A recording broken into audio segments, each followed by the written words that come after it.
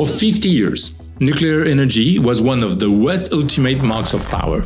America split the atom, France built an entire energy system around it. Britain, Germany, Japan, everyone wanted a piece of that magic. Reactors were a symbol of who was ahead. That story is over. Right now, China has more nuclear reactors under construction than the rest of the world combined. In fact, half of every reactor on the planet is being built there. Meanwhile, in France, the great nuclear revival is buried in paperwork, with the first new reactor not expected to start construction until 2038. In Britain, the headline project is billions of a budget and years behind. And the US can't build anything new fast enough, so its big plan is to resurrect a dead reactor at 3 Mile Island, the site of the most infamous nuclear accident in the country's history. The most humiliating part here is that China is testing and scaling thorium reactors. Using research American scientists completed in the 1960s and abandoned. They left the blueprint on the shelf, and China turned it into one of the most strategic sources of cheap, reliable power on Earth.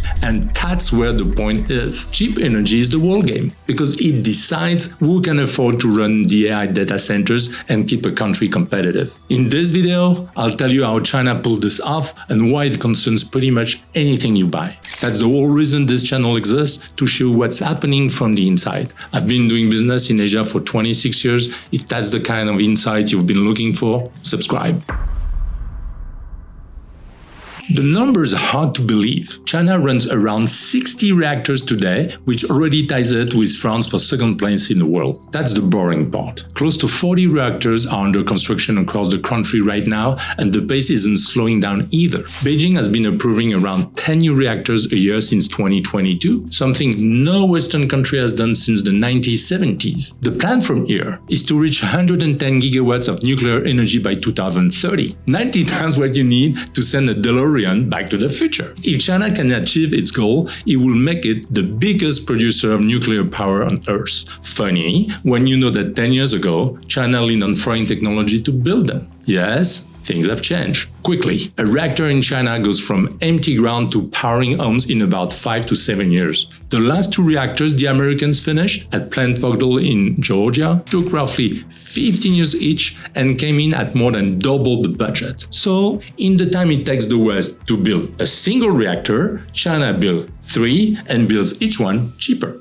People assume there must be some trick to this, a shortcut on safety or a pile of stolen blueprints. Wrong. The answer isn't cheap labor or corners cut on safety. It comes down to one habit the West abandoned and China turned into a system. Build the same thing again and again on purpose. A Chinese plan isn't designed from a blank page each time. The country settled on a handful of standard reactor models, the most common one being the homegrown Hualong one, and now mass produces them in batches of 6 or 8 at a single site. The crew that finishes the first reactor shifts immediately to the second with everything already in their hands. The factories making the parts never go cold. The regulators reviewing the design have seen it 20 times before, which makes the whole approval machine faster. Each reactor teaches the next one and the cost falls down the line. Basic economies of scales. China builds a reactor for somewhere around $3 billion. America's last 2 came in north of 15 billion each. The other half of the story is that the state simply decides it will happen, and the obstacles that block the Western project melt away. Land gets cleared. Money flows from the state banks without a decade of wrangling. China can also afford the occasional expensive failure in a way that will think a Western utility, because the bill lands on the state rather than on shareholders or bill payers. This isn't a model the West could copy even if it wanted to. And this is not a romantic defense of the Chinese model. The West has public debate, courts, local opposition, environmental reviews, and for good reasons. But those safeguards come with a cost.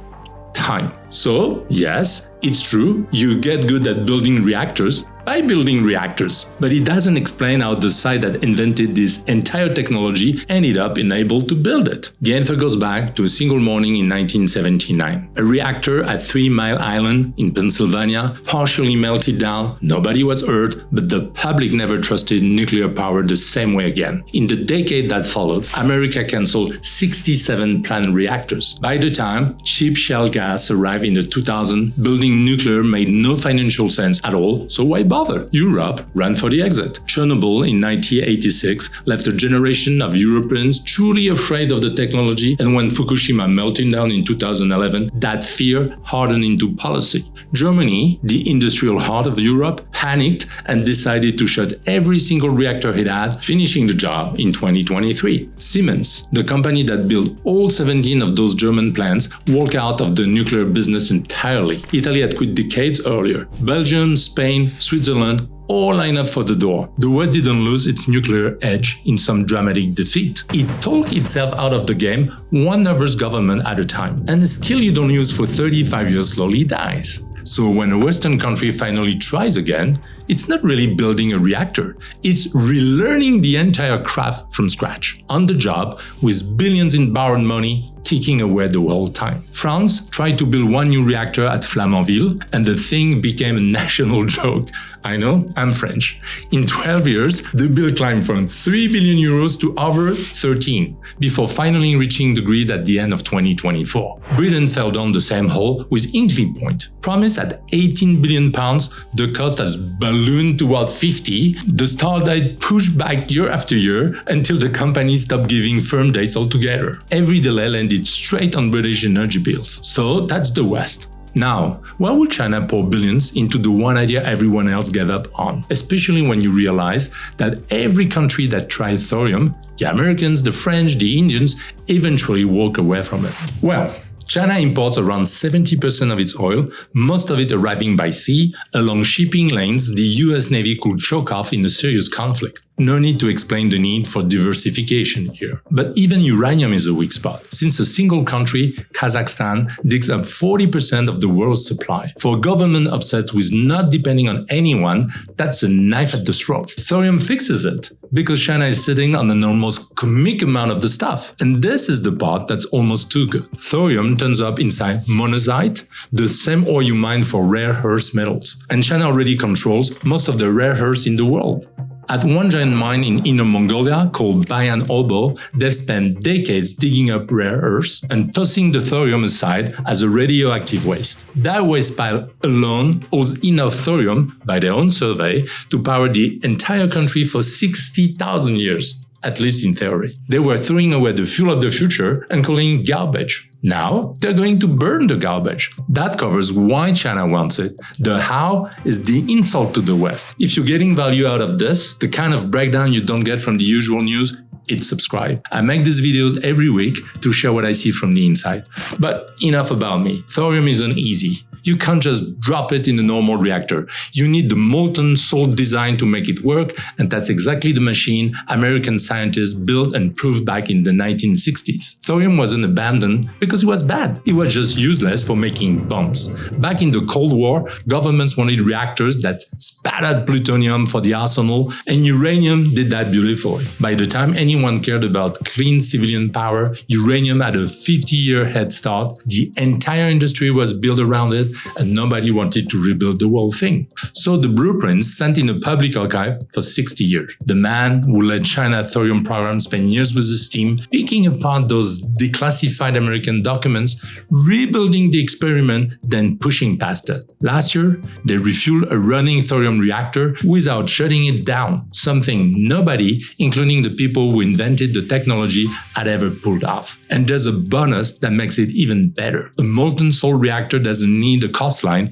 or a river to cool it. So, China can plant this in the empty desert of its northwest, far from cities on land nobody wants. Beautiful, right? A reactor running on recycled waste in the Gobi Desert is a great story. Good for them, but I know what you think. What does that change for you, sitting where you're sitting, running whatever you run? Honestly, more than almost anything else in the news this year, because everything you buy, build or sell runs on electricity somewhere down the line. The price of that electricity decides who wins. Look at what factories actually pay. Industrial power in Europe costs roughly double than what it costs in the United States and around 50% more than in China. Put plainly, a factory in Germany can pay something like 20 cents for the electricity a Chinese competitor gets for 6. That gap shows up in the price of the steel, the chemicals, the batteries, the actual stuff coming off the line. Why do you think made in Germany is dying? A company can run a tighter operation, pay its people travel less, automate everything, and still lose to a rival who simply plugs into a cheaper grid. Energy is the cost underneath all the other costs. Now, stretch that out 20 years. The world is about to pour an absurd amount of electricity into one thing, the data centers behind artificial intelligence, which eat power on a scale nobody planned for.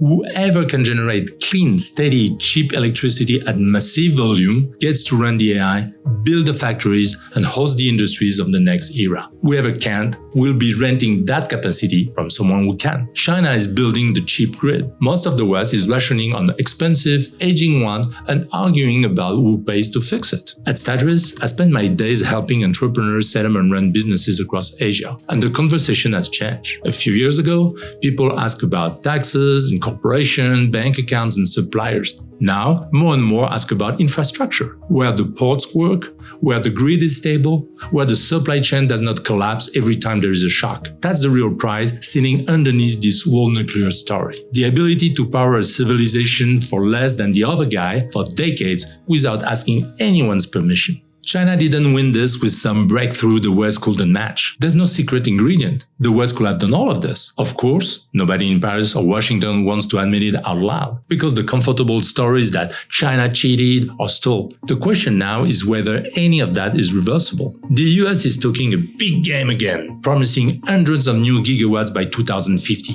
France and Britain swear the next rounds of builds will go better than the last. Maybe, but you don't rebuild 30 years of lost skills with a press release, and you can't compete on cost with a power grid that is already half finished while your own project is still stuck in the planning phase. This is the kind of things I dig into every week, the stuff moving global business that most people spot years too late. If that's useful to you, subscribe. If you've watched this happen in your industry, the thing your part of the world gave up on and someone else ran risk, tell me about it in the comments. I read them. See you in the next video.